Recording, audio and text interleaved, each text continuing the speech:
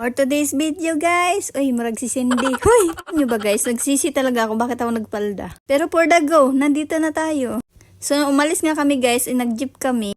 Alam nyo ba guys, yung haggard yung mukha mo talaga pag naka-jeep ka. No choice man tayo, eh, wala man tayong sasakyan. Huy, tapos lumakad lang kami konting guys, nakita ko man tong sugo. Uy, parang gusto ko pumasok, saglit lang. Char! Kain ko nga tong kasama ko, na pumasok lang kami ng 3 hours dyan. Huy, comment nyo nga kung magkano yung 3 hours lang dyan. Huy, padaga.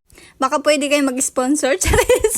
Ngayon naman guys, is nandito kami sa minibus na naman, sumakay kami. Papunta kasi kami yung SM Purview. Ewan ko ba, bakit nandito ako sa bungad? Uy, nakapalda pa naman ako. Kabuka ka talaga, eh. Kita talagang kipyas mo. Huy! Charis lang mga ka-virgin. Ay, so syempre, naka-D4 ako dyan. Baba na nga kami dun mga ka-virgin. Baka iba pang makita nila. Huy, pardagaw! Hindi ko na siguro sabihin sa inyo, no, kung anong ginagawa namin dito, no. Basta may asikasuhin lang kami. Huy! Alam nyo ba mga ka-virgin, hindi talaga ako palalabas sa tao. Kaya naman, sobrang nagagandahan lang talaga ako sa building na matataas. Ignorante kasi ako. Huy! Pagkatapos nga namin mga ka-virgin, syempre kumain na kami almusal. Dito na talaga kami pumunta sa Amang Inasal, no. Tingnan nyo naman kung ilang tao dyan.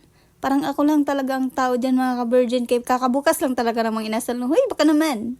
Alam nyo ba mga ka-virgin, dito talaga ako pumunta sa Mang Inasal. Promise, paborito ko talaga tong Mang Inasal. Kasi bukod sa masarap na, gusto ko talaga yung sabaw nila. Uy, hindi ko alam, pwede naman akong gumawa ng sabaw sa bahay. Pero sa nagtitipid kasi talaga ako mga ka-virgin. Kaya Mang Inasal talaga para sulit, only rice pa. Huy! Hindi na mawawala ang kagandahan, no, kung Mang Inasal, no. Charing! Sa totoo lang mga ka-virgin, minsan lang talaga ako kumain ng Mang Inasal pag nakaluwag-luwag lang at pag may sobra lang talaga. Hindi naman talaga kasi ako mapera mga ka-virgin. Pag sumahod, pag sobra, makakain ng masarap, ganun na ang buhay. Kayod ka ng isang buwan para bayad utang ka.